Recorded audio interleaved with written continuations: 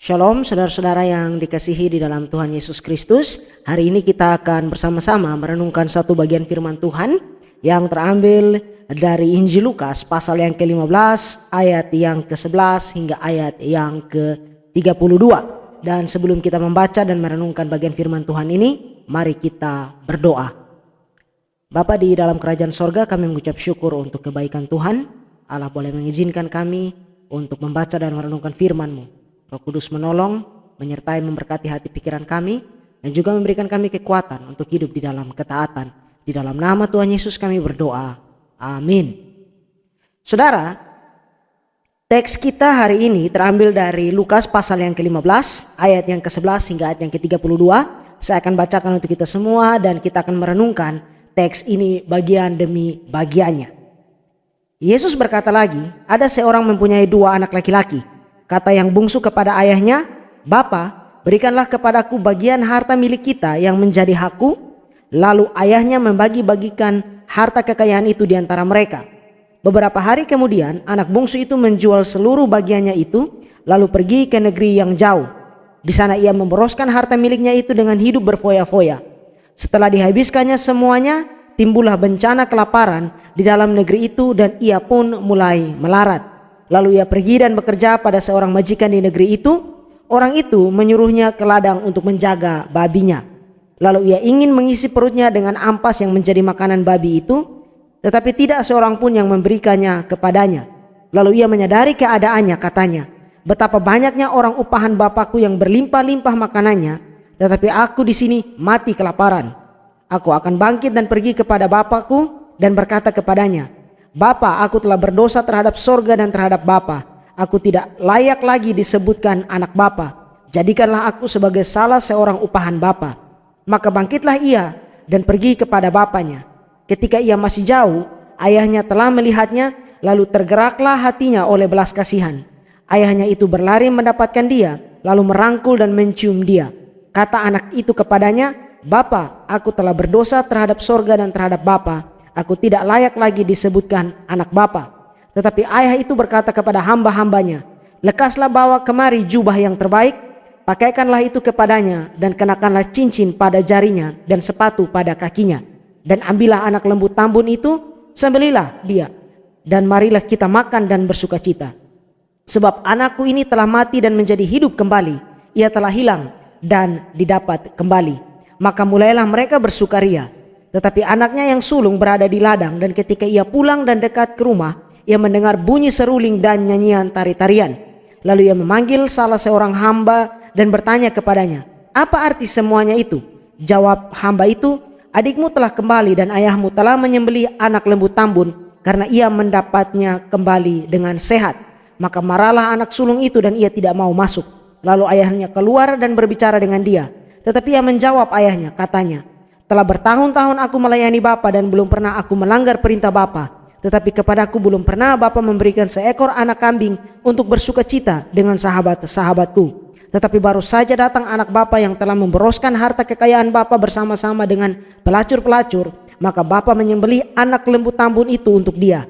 Kata ayahnya kepadanya, "Anakku, engkau selalu bersama-sama dengan aku dan segala kepunyaanku adalah kepunyaanmu. Kita patut bersukacita dan bergembira karena adikmu telah mati dan menjadi hidup kembali. Ia telah hilang dan didapat kembali." Demikian jauh pembacaan firman Tuhan. Saudara, jika saya boleh memberikan judul untuk perenungan kita hari ini, maka tema yang saya pilih adalah Lost and Found, hilang dan ditemukan kembali. Ada satu kisah cerita pendek yang dituliskan oleh seorang novelis Amerika, yaitu Ernest Hemingway. Dia salah satu novelis paling berpengaruh di abad ke-20. Dia menulis sebuah cerita pendek berjudul The Capital of the World, ibu kota dunia. Nah, dalam cerita itu Hemingway menceritakan seorang ayah dan anak remajanya. Sang anak ini berbuat salah kepada ayahnya, dan karena ia malu, ia melarikan diri dari rumah. Lalu sang ayah mencarinya ke seluruh penjuru daerah itu. Setting dari cerita ini terjadi di Spanyol. Tetapi saat dia berkeliling, dia kesana kemari, dia tidak menemukan anaknya ini. Akhirnya di kota Madrid, dalam upaya terakhir untuk menemukan anaknya ini, sang ayah memasang iklan di koran. Dan iklan berbunyi, "Paco, temui aku di Hotel Montana hari Selasa siang. Semuanya dimaafkan, ayah. Si ayah berdoa, semoga anak laki-laki itu dapat melihat iklan tersebut dan mungkin saja dia akan datang ke Hotel Montana. Dan pada hari Selasa, sang ayah dalam cerita Ernest Hemingway itu, dia tiba di Hotel Montana dan dia kaget, dia tidak percaya apa yang dia lihat. Sebab satu regu polisi telah dipanggil untuk menjaga keamanan dan ketertiban di halaman atau di depan hotel itu, sebab ada 800 anak laki-laki yang bernama Paco yang datang untuk menemui ayah mereka di depan Hotel Montana itu. 800 anak laki-laki bernama Paco membaca iklan di koran itu dan berharap iklan tersebut itu ditujukan kepada mereka. 800 Paco datang untuk menerima pengampunan yang sangat mereka butuhkan. Dalam pembacaan kita hari ini, kita akan melihat bagaimana hati kasih Allah yang bersedia mengampuni dan memulihkan mereka yang berdosa dan yang terhilang, yang mau bertobat sungguh-sungguh dan kembali kepada Bapa. Sebelum kita melihat lebih jauh, sedikit latar belakang konteks dari perumpamaan atau teks yang kita baca ini. Mengapa Tuhan Yesus menceritakan perumpamaan ini? Sebenarnya untuk menjawab keluhan dari orang-orang Farisi dan ahli-ahli Taurat yang mengeluh karena Tuhan Yesus menerima orang-orang berdosa dan makan bersama mereka. Kita bisa lihat di dalam pasal yang ke-15 dari Injil Lukas ini di ayat yang pertama dan kedua. Dikatakan para pemungut cukai dan orang-orang berdosa biasanya datang kepada Yesus untuk mendengarkan dia. Maka bersungut-sungutlah orang-orang Farisi dan ahli-ahli Taurat, katanya, ia menerima orang-orang berdosa dan makan bersama-sama dengan mereka. Nah, dalam budaya itu, bahkan dalam budaya kita saat ini, makan bersama itu merupakan tanda persekutuan dan penerimaan. Itulah sebabnya waktu Petrus melayani Kornelius, ada orang-orang Kristen Yahudi yang mempersoalkan hal itu. Sebab di dalam Kisah Para Rasul pasal 11 kita melihat Petrus makan bersama dengan Kornelius. Dan untuk menjawab keluhan dari orang-orang Yahudi ini, di dalam teks kita ini Tuhan Yesus memberikan sebuah perumpamaan sebenarnya dengan 3 bagian cerita di dalamnya. Ada domba yang hilang di ayat 3 sampai ayat yang ke-7, ada dirham yang hilang di ayat 8 sampai di ayat yang ke-10, dan perumpamaan tentang seorang bapa dan kedua anaknya ini di ayat yang ke-11 hingga ayat yang ke-32. Nah, dalam teks yang menjadi perenungan kita ini, yaitu ayat 11 hingga ayat yang ke-32 dari Lukas pasal 15, saya ingin mengajak untuk kita melihat 3 hal utama yang menjadi pelajaran bagi kita di sini, yaitu ada pemberontakan dan konsekuensi, ada pertobatan dan pengampunan, dan kita akan melihat respon, apakah sukacita atau kepahitan. Di bagian yang pertama tentang pemberontakan dan konsekuensi, bisa saudara lihat di ayat yang ke-11 hingga ayat yang ke-16. Sebagai sorotan, perhatikan di ayat yang ke-12, kata yang bungsu kepada ayahnya, Bapa, berikanlah kepadaku bagian harta milik kita yang menjadi hakku. Saudara, dalam budaya apapun pada umumnya akan dianggap sebuah hal yang kurang ajar atau tidak sopan ketika seorang anak meminta warisan kepada orang tuanya saat orang tuanya itu masih hidup. Tetapi saat kita melihat hal ini lebih jauh juga, sebenarnya ini adalah gambaran dari semua orang yang menyanyiakan potensi dan berkat tetapi menolak hubungan dengan Tuhan, serta memilih untuk hidup dengan keinginannya sendiri. Saya mengutip dari Warren Wiersbe, dia mengatakan bahwa kita akan selalu masuk ke dalam masalah saat kita lebih mengutamakan kekayaan dibanding orang dan kesenangan lebih daripada tanggung jawab. Dan inilah yang terjadi terhadap si bungsu ini. Tetapi perhatikan bagaimana sikap ayahnya. Lalu ayahnya membagi-bagikan harta kekayaan itu di antara mereka. Perhatikan bahwa yang mendapat bagian ini bukan hanya si bungsu, tetapi juga anak yang sulung. Mengapa ini penting? Karena kita akan melihat hal ini dan membandingkannya dengan respon dari si anak sulung nanti. Kalau kita kembali kepada perjanjian lama dalam Ulangan pasal 21 ayat yang ke-17, maka aturan pada saat itu anak sulung mendapat 2 kali lipat lebih banyak warisan yang diberikan. Kemudian bagaimana dengan si bungsu ini setelah dia meminta harta itu dan diberikan oleh ayahnya? Di ayat yang ke-13. Beberapa hari kemudian, anak bungsu itu menjual seluruh bagiannya itu, lalu pergi ke negeri yang jauh. Di sana ia memboroskan harta miliknya itu dengan hidup berfoya-foya. Tidak menunggu lama, ia segera pergi meninggalkan rumahnya. Dia berpikir bahwa sekarang dia bisa mandiri, dia bisa bebas dari ayahnya. Tetapi karena tidak ada yang mengontrol dia merasa bebas untuk melakukan segala sesuatu. Dan akhirnya dia jatuh ke dalam hidup yang foya-foya ini. Kembali mengutip dari seorang teolog, David Guzik, dia mengatakan bahwa anak bungsu ini meninggalkan daerah itu untuk menjadi mandiri dari ayahnya, tetapi dia segera menemukan dirinya dalam perbudakan yang lebih buruk. Dicatat di ayat yang ke-14, setelah dihabiskannya semuanya, lalu timbullah bencana kelaparan di dalam negeri itu dan ia pun mulai melarat. Dan kalau kita baca lebih jauh, dia bahkan bekerja sebagai penjaga babi, dan untuk makan pun dia mau makan makanan yang diberikan kepada babi itu, tapi bahkan tidak diizinkan. Artinya bahwa yang tidak diantisipasi oleh anak bungsu ini adalah bencana yang akan datang.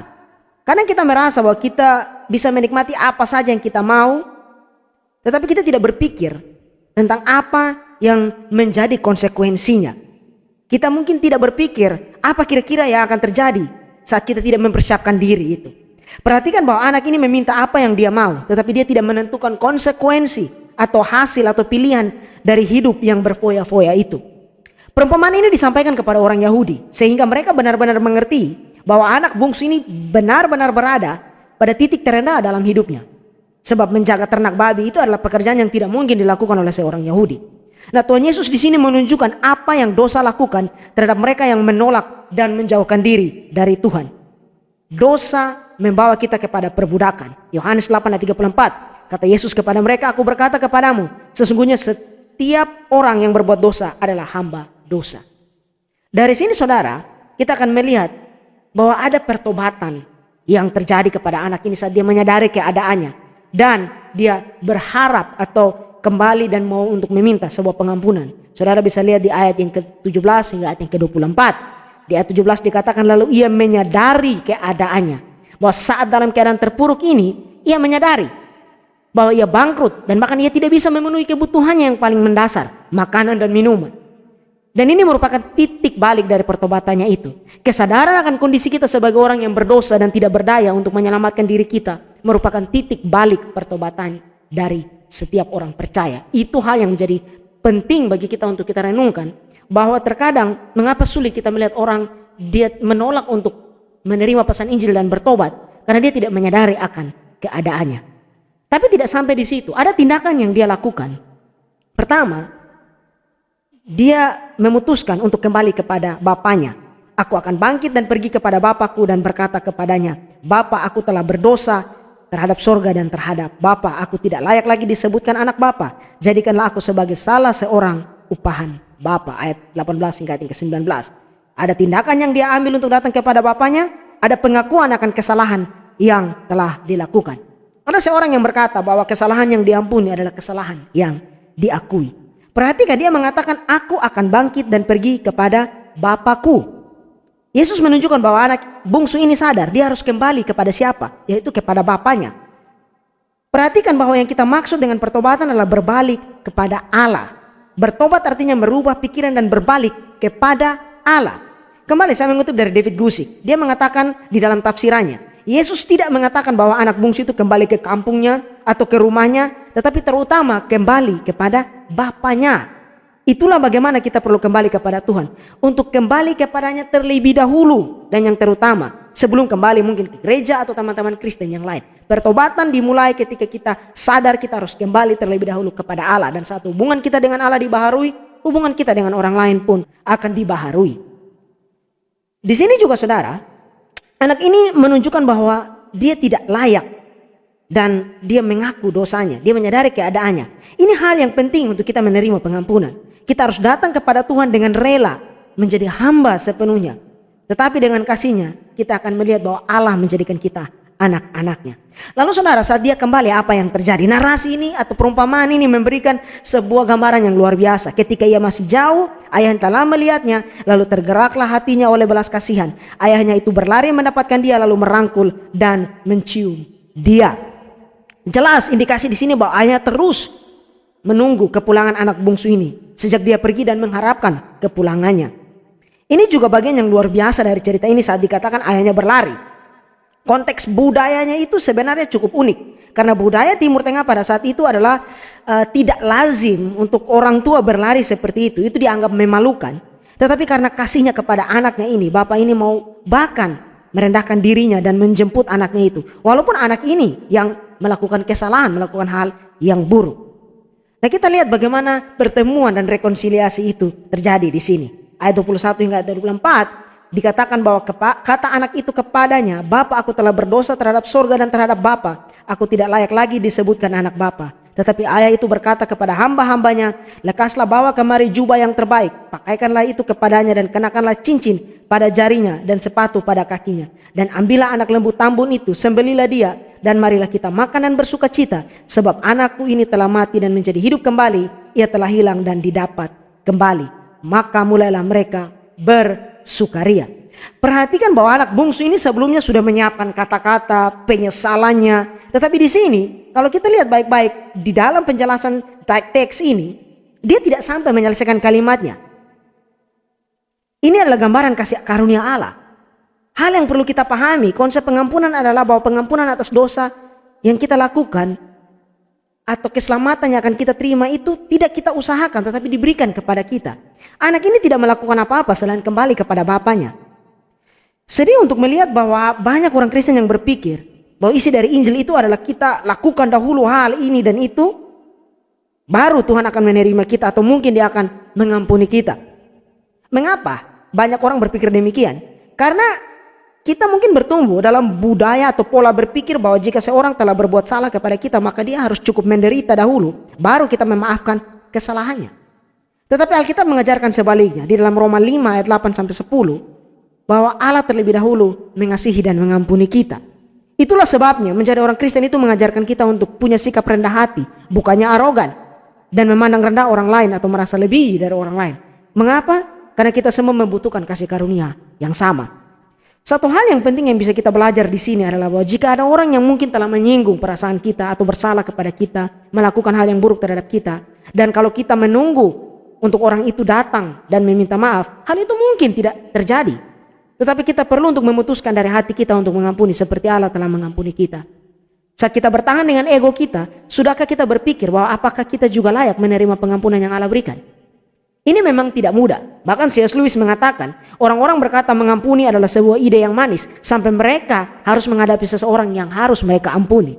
Tetapi ingat bahwa ini adalah perintah dalam firman Tuhan. Dan saat Allah memberi perintah, tentu Dia akan memberikan kemampuan bagi kita untuk melakukannya. Perhatikan juga bahwa Bapak ini menyediakan segala sesuatu bagi si anak bungsu ini. Ada jubah, ada cincin, ada sepatu, bahkan pesta itu. Menurut saudara, siapa yang menjadi pusat perhatian dari pesta itu? Ada orang berpikir bahwa oke, si anak bungsu ini. Tetapi saudara, perhatikan. Tuhan Yesus memberikan sebuah perumpamaan dengan 3 bagian cerita di dalamnya. Di dalam pasal 15 dari Injil Lukas. Ada domba yang hilang, ada dirham yang hilang, dan anak yang hilang ini. Tuhan Yesus sedang bercerita sebenarnya tentang dirinya sendiri. Bagaimana Dia menemukan dan menyambut orang yang dianggap terhilang itu. Ingat, perumpamaan ini untuk menjawab keluhan dari orang Farisi dan ahli-ahli Taurat. Nah, hal ini memimpin kita kepada bagian yang terakhir, di mana kita akan membandingkan respon yang terjadi, yaitu respon sukacita atau kepahitan, dengan di mana anak sulung ini datang. Saudara bisa lihat di ayat yang ke-25 hingga ayat yang ke-32. Maka marahlah anak sulung itu dan ia tidak mau masuk, di ayat yang ke-28. Hal ini sama seperti keluhan orang-orang Farisi terhadap Tuhan Yesus yang menerima orang berdosa, bukan? Nah, tetapi perhatikan saudara, Dia memberikan alasannya ketika bapaknya mencoba untuk menjelaskan dan membujuk dia. Tetapi ia menjawab ayahnya, katanya, telah bertahun-tahun aku melayani Bapa dan belum pernah aku melanggar perintah Bapa. Tetapi kepadaku belum pernah Bapa memberikan seekor anak kambing untuk bersukacita dengan sahabat-sahabatku. Apakah tuduhan anak ini benar? Saudara, kalau kita kembali ke ayat yang ke-12, bukankah dalam tradisi Yahudi dia mendapatkan bagian yang lebih banyak? Dan ingat, di awal cerita ini, bukankah mereka berdua mendapatkan pembagian warisan itu? Terkadang saat kita marah, kita bisa melebih-lebihkan segala sesuatu. Jadi jangan sampai kita menjadi orang Kristen yang mengeluhkan, bahkan mengkritik pertobatan orang lain yang telah Allah bawa ke dalam kasih di dalam Kristus. Lihat bahwa anak sulung ini mengklaim bahwa dia selalu bersama bapaknya dan penuh dengan ketaatan. Tetapi dari sikapnya itu menunjukkan bagaimana kondisi hubungannya dengan bapaknya. Yang mana dia tidak melihat itu sebagai satu hubungan kasih, tetapi sebuah hubungan hak dan kewajiban. Ini adalah kisah tentang 2 anak yang hilang. Yang bungsu hilang dari rumah, yang sulung hilang di dalam rumah. Hal ini menyedihkan bahwa ada orang Kristen yang berpikir dengan prinsip ini seolah-olah bahwa Allah berhutang kepadanya. Kalau mereka sudah rajin ibadah, rajin melayani dan seterusnya. Mereka berpikir bahwa ada prinsip transaksi di sana. Isu utamanya di sini bukan masalah harta atau uang yang telah dihabiskan untuk berfoya-foya, tetapi sebenarnya mengenai hubungan yang rusak. Allah lebih tertarik kepada hubungan pribadi kita dengan Dia, bukan tata cara, ritual, penampilan yang kita tunjukkan untuk terlihat bahwa kita ini orang yang beragama. Kita mungkin berpikir bahwa keluhan anak sulung ini wajar, tetapi sebagai orang Kristen kita perlu mengerti bahwa walaupun rajin melakukan hal yang baik, dan itu memang adalah hal yang penting, tetapi itu bukanlah satu-satunya hal yang menguji atau menunjukkan karakter kita sebagai orang percaya. Sebab Tuhan Yesus menunjukkan dalam Lukas 10 ayat 25 hingga ayat yang ke-28, perintah yang utama adalah mengasihi Allah dan sesama. Kemarahan anak sulung ini mirip seperti kemarahan Yunus, karena Allah begitu baik saat Allah mengampuni penduduk Niniwe.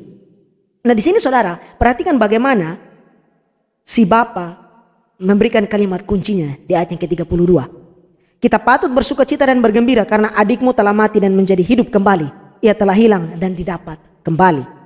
Ini yang menjadi tema kita dalam perenungan ini, lost and found. Ada hal menarik yang bisa kita tarik di sini.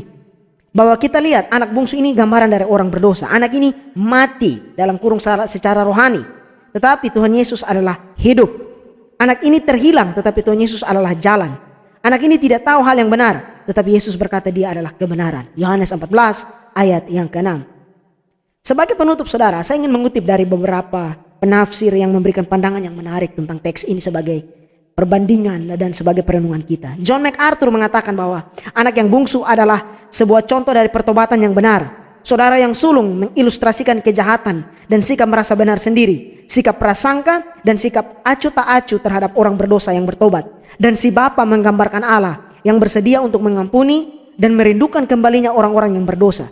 Tetapi fitur utamanya, sebagaimana dua perumpamaan sebelumnya dalam pasal ini, adalah sukacita Allah ditambah perayaan yang memenuhi sorga saat orang berdosa bertobat. Perhatikan akhir dari cerita ini. Si ayah dan si anak sulung ini berada di luar rumah, di mana si ayah membujuk anak sulung ini untuk masuk. Lihat bahwa cerita ini memiliki akhir yang gantung sebenarnya, belum tuntas. Sebab Tuhan Yesus mau memberikan kesempatan kepada para Farisi dan ahli Taurat dan orang-orang Yahudi untuk menyelesaikan cerita ini. Anak sulung ini adalah gambaran dari para Farisi dan ahli Taurat itu. Darrell L. Bock mengatakan bahwa perumpamaan ini terbuka. Perumpamaan ini memanggil para pembaca Lukas untuk merenungkan apa yang akan mereka lakukan jika mereka berada di posisi kakak laki-laki itu.